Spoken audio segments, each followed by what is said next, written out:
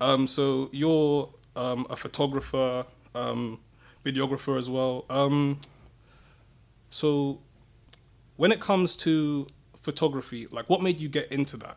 Well, filmmaking's like the career I want to get into. Yeah. Photography is like my main like practice in the department I want to get into because the role I want to be is like a DOP in the end when I retire. But interesting story, like I was around like 13, 14 years old, and like before then I wanted to like get into music. Like a lot of my family are musicians, so I've like 3 guitars at home. Like my family always gave me to like try and practice on that, but yeah, I sort of just like lost the passion for it, and I always had this. My school was around like 20-minute walk home from straight down the road, and it was like there was times when I didn't have people like to walk with, so a lot of time to reflect on things. And this is right, like, you know, when you get to that time in life when you're like 13, 14, people ask you, what do you want to be? Crossroads, yeah. Yeah, always ask you, what do you want to be? Parents always on me like, yeah, what do you want to be? And like, it was always film what like appealed to me, because I remember when I was a few years younger, it was at a wedding of,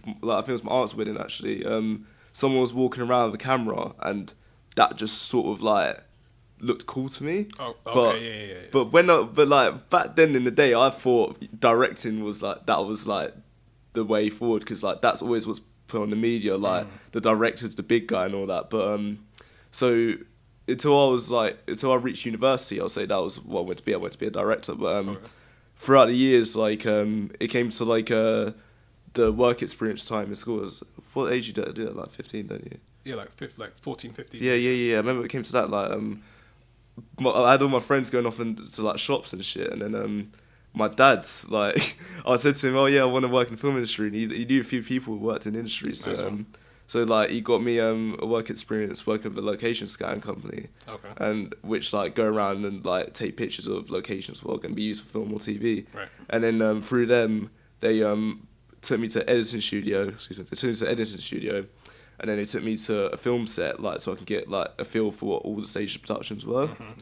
And when I went to the film shoot, I remember seeing like the cameraman like on this massive rig, and I was just like, yeah, that's what I want to do. But then back then, I still thought that was the director. So it comes to university, first year of university, like I finally had it all outlined what the individual roles were. And I tried directing for, I'll say, like 2 weeks. And then I realised I can't deal with actors because it's too many egos. There's too many egos flying about. So I decided to... I noticed I was, again, straying towards the camera. So then I was thinking, why don't I focus on that? And then, from there, it just became, like, addiction, really. Like, when I watch films now, I'm always focused on the camera work. Like, yeah, it's very technical, but it's very, very like... Well, that's the funny thing, that you'd assume that, like, you see all the cameras and stuff and you hear the title director, you assume he's in control of everything. So in terms of controlling cameras, what job title is that exactly? That's the director of photography. And that's what you want to... Yeah, it's called DOP, like, in short. Yeah, that's what one retires, but you can't straight away jump into that. It's more like you start from the bottom as, like, assistant cameraman and go to full cameraman, and then from then, like, you sort of build up from there and then become the director of photography who has to, like, decide the lighting setups as well as the visual, as the shot composition. Right. So, yeah, like, and that ties in with my photography, really, because it, like, when you're taking a photo, you have to, like, do the powerful composition for a photo. So when you're shooting it on film, it's the same principle. Instead, you just have to consider things are moving in it as well, but... It's the same concept, essentially. Yeah. It's a lot of similarities.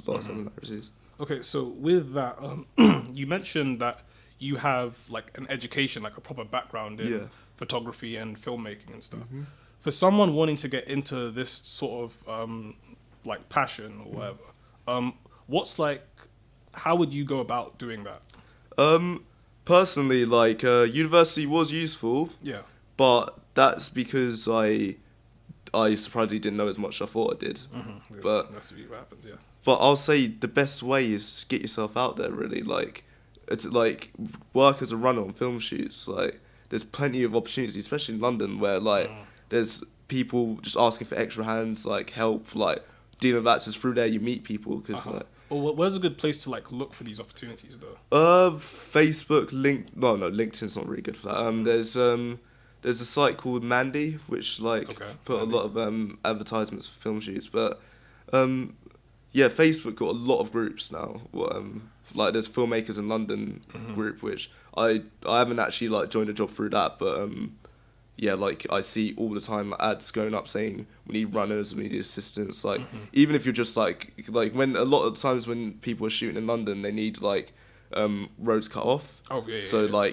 even if you get a job just for a day, just cautioning people off, saying no, you build connections through that, because a common misconception is people say, oh, it's not what you know, it's who you know. Yeah, that's usually the thing. Yeah. But it's more it's not what you know, it's who knows you. Because you have to spin on it. Yeah. Because I remember hearing that at a talk once, and it's quite true, because you can meet all these people and keep trying to talk to them, but if you don't really show them what your craft is and your work and commitment is, they won't really contact you. But if you go there and work hard in front of them, they will not remember you. Something to remember you by. Yeah, you have to give them an example of something to remember you by.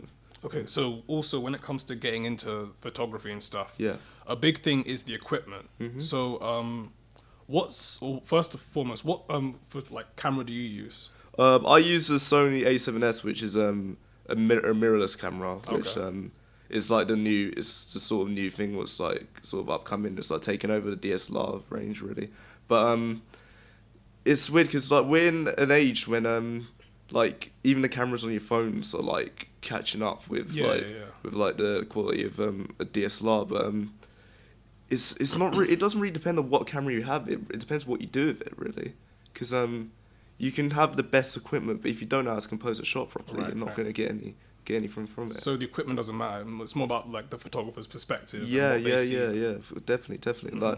I'll say the best thing to do is take note of what photographers are doing in their pictures, because you can look at a picture and be oh yeah, that looks nice, but you have to think about what are they focusing on. Right. Yeah. Think about is it a wide picture? Is it a narrow picture? Is it something really close up? You have to put a lot of thought into what the picture's trying to show really, because you can go around just taking pictures of the sky. Yeah, that looks pretty, but it's nothing significant. What are you really seeing? Yeah, exactly. Because everyone else can look up in the sky and see the same thing. Right. Yeah. But it's one of my favorite shots actually is when I was in Iceland and I was on this beach, and there was I just came across a little rock formation, and I was thinking, because it's so flat in the background, but then you have this little rock sculpture, it's that big, and I was thinking if I get a good perspective of that, looks pretty. It's one of my most liked pictures. But that's the whole having an artistic eye thing. Though. Yeah. That's why they say it's the person who makes the picture, not the equipment that makes the picture great. Yeah, I definitely agree. So, but obviously, naturally, a lot of people who want to get into this would want something like a camera like what you have. What's a good camera for say someone wanting to get started with photography? I'll say Nikon's better for photography, but because I use my camera for filming and taking pictures, I would say go for Sony. Sony. Yeah, so the Sony A7 series is pretty much pushing Canon out of their market, because Canon have tried to bring it back with their version of mirrorless camera. It's called a Canon M50 or Canon M something. That shows how. There you go. Yeah, that shows how not interested I am. But yeah, I'll say if you're going into videography, go for Sony. If you're going purely stills, Nikon or Fuji, because Fuji probably have the best color. Aha, there you go. So what's a good price range that someone getting started should aim to look for in a camera?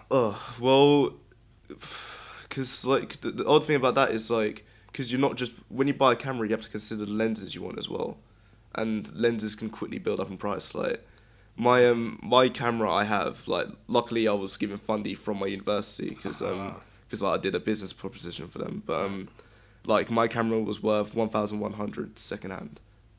But secondhand, yeah, brand new it was 1,500. This is an expensive camera. Yeah, it's an expensive camera, but yeah, if you get I'll say a body what's 400-500 pounds secondhand, that'll do you. like then build from there, build up your kit, and then from there, from the more like jobs you do with your kit, you can upgrade on parts. Like it's a long-term investment, but it's definitely worth it if you can get to work for it. Now, I have a lot of like photographer friends, and one thing that like is a constant when talking to them is like getting paid in the industry, because naturally when the equipment's so expensive, it's like, what's the investment into? Like, where's the money back? So where do you like find opportunities to like make money off of this?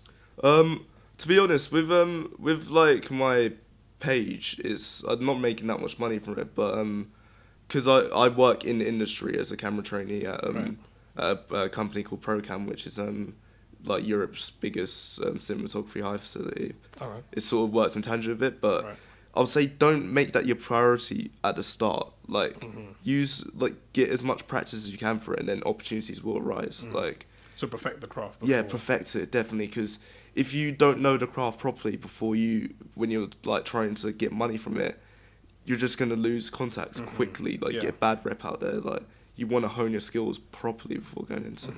It's a very competitive market. Very competitive. Most definitely.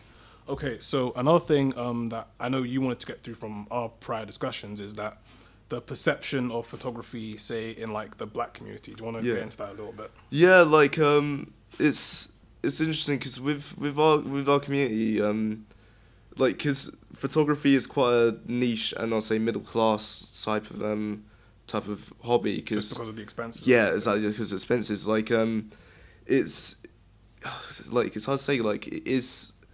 You're seeing now because of the phone technology, it's getting better. But before, like, you wouldn't really hear that many black photographers, and like there was like, I remember when I was like going into university, like there was only me and one other black person in my class. Like, it's in the class of like, how many would you say, like, good estimate? Like 70 people in my course. It's my year. 2 black people. That's still pretty bad. Yeah, it's still pretty bad, but I feel like that is changing now because people are seeing that through social media. People are seeing that, oh wow, everyone can do this now. Right. Like, I don't have to be special to do this sort of craft, but it's good, which is good to see. Like I mean, the last show I was at, like, I remember seeing quite a few black photographers, and it made me feel good. I was like, yo, like, this is spreading out to community, but it needs to get better. Because like in our last discussion, when you mentioned that, and through talking to other people, like, I was of the impression that no, it's changing, but I think you were coming from the perspective of you've seen from back in the day when the perception was that this isn't a black thing, but now it's starting to become more of a thing. And it's starting to become more of a thing that's accepted rather than being something that's like, you're a photographer. Like, there's a question mark to it. Like, it was like before, I'll say up to recently, every time I told people, I was like, yeah, I'm a photographer, videographer. They're like, really? How'd you get into that? Like, they were quick to question it. Yeah. Which I don't see why. Like, if I said I was a musician, they'd be like, I get it. Like, I remember being like meeting people and they assumed I was a musician or something. I'd be like, no, I'm a photographer. Like, comes with the colour, man. Yeah, but it's not really even a black thing. It's more of a class thing because like before digital came about, like, you'll have to buy film stock, and film stock is expensive stuff. Like, because you think, oh yeah, you see a film stock for £5, you're like, oh yeah, that's one film stock, but then that can last you a day. Then you have to. Then it builds up. Yeah, it builds up very quickly. And then if you overexpose your stock, then that's a day wasted. So yeah, it's a lot of patience that comes into it, but it's definitely getting better. Yeah, it's good to see that like the technology's catching up. So now more people from like, I guess, lower income houses can say, no, this is something that I can actively pursue. Yeah. Because I remember the first picture I ever took was on my BlackBerry, and that was that was like at Brighton Pier. It was like this shot of the sunset I got, and I remember when I was showing it to my friends back at school, they were like, "You didn't take that." I'm like, why don't you believe I took it? It's like, that looks too good to take. I'm like, well, I took it. Like, why is it hard to believe? Like, some people just don't have like the same. Like, they don't believe that someone that they know can like take something from such a perspective. I think. Yeah, like, it took a lot of convincing with, especially even now, like, it takes people a lot of convincing that like I actually cared about my craft that much. Like, because even at school, like, I remember when I first had the idea of getting into the industry, like, there was a lot of doubters. Lots of doubters. Like, but that's something that comes with like the whole like middle, lower class communities anyway. There's a lot of doubt for anyone trying to like elevate beyond that. Yeah.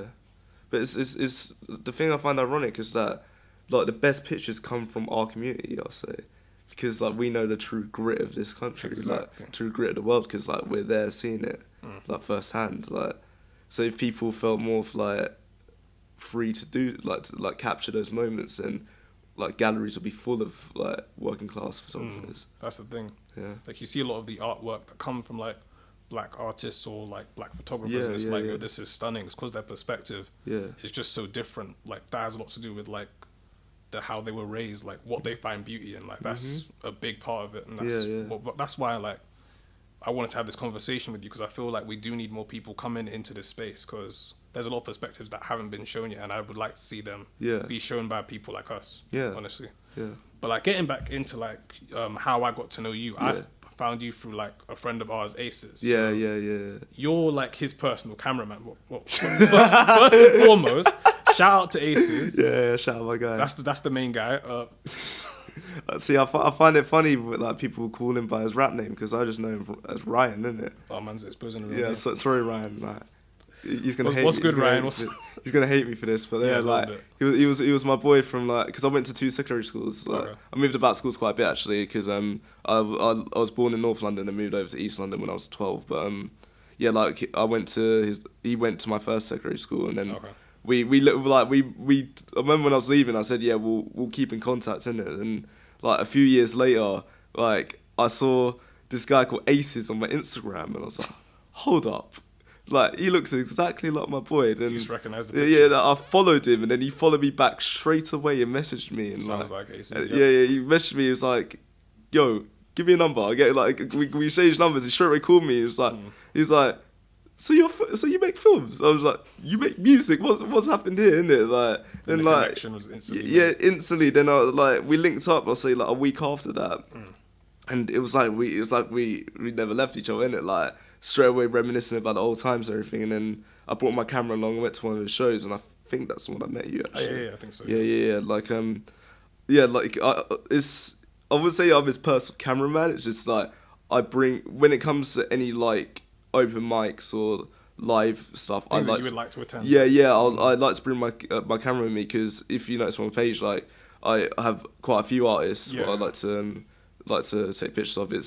But it's really like I just like supporting art, really, because it's the only way people going to get out there. Like, there's so much hidden talent in this city, and no one wants to help support them. Exactly. Like, this is why I don't really charge people for things on my Instagram. Like, the first posts I do are always for free. Yeah. But then if people want to use my time personally, that's when I would ask them for a bit of money. But even then, like, seeing people, like, supporting people with high quality content makes me just feel a bit better, really. Of course, because like, it's the only way it's gonna happen. You're like, supporting the vision, yeah. Because like, it's the only way like we can help each other. Because that's what I say we need more in our community. We need to support each other more, and there's no excuse not to. Because like, we all know how to use social media. Absolutely. Like, there's like, I remember when I was raising money for my grad film, like, I was quite ashamed that not that many people like donated to it, but it made me think, nah, I shouldn't get spiteful for this. I should learn from this. I should learn to support other people's things, and then in the whole, people will learn to do it themselves. Like, the energy you give out will be transferred back to you. Yeah, definitely. Like, I wish people could just like share people's like art. It takes 2 seconds, and then like, it's just that easy. It's so easy. It's so easy, but that's the world we live in, I guess. But I feel like it's getting better. Okay, so like, final thing before we like start to wrap up. Naturally, like, Acesiz, the relationship with Acesiz is like from like school days. Yeah. You said you like take pictures of many artists. How do you like go about making these relationships with people? Well, to be honest, when artists see me with a camera, they straight away ask me to take a picture of them. Like, it's a good way to build a connection with someone though, because from then it can lead to more opportunities. Like, I like, film is my passion, but I love making music videos for people. Like, I haven't made one in a long time, but I'll say like that's in my future plans, because again, I like supporting people's art. Yeah. Like, And I think that's what I try to like convey to people when I do interact with them in that circumstance. Like when they say to me, "Oh, can you take a picture of me?" It's like, "Yeah." Then I follow them on Instagram, they follow me back, and then from then I try and build a relationship. Be like, "I'm happy to take more for you. Like, I like your content. Of course, I'm going to support it." Like a relationship just built on like genuine appreciation. Yeah. Because that's all you need, really. Because like when you show people appreciation, they will show it back. Like that's what people have to remember. That's what a lot of people need to be on, like this year and going forward. Yeah. Okay, so we're just gonna like start wrapping up now. You mentioned like what's in your future plans, music videos and such, but what is like your plans for say 2019? 2019, I'm planning to make one music video, and then I am planning to help, because I have friends who also make films. I'm planning to work on a few of their films, and then really it's just trying to elevate my career in the camera department, because the way my job works is that I start off where I am now as controlling the inventory, but then from there I get put into the warehouse where I get trained on all the equipment they use there, and then from there, hopefully by the end of this year I'll be going out on shoots on regular, full time. But yeah.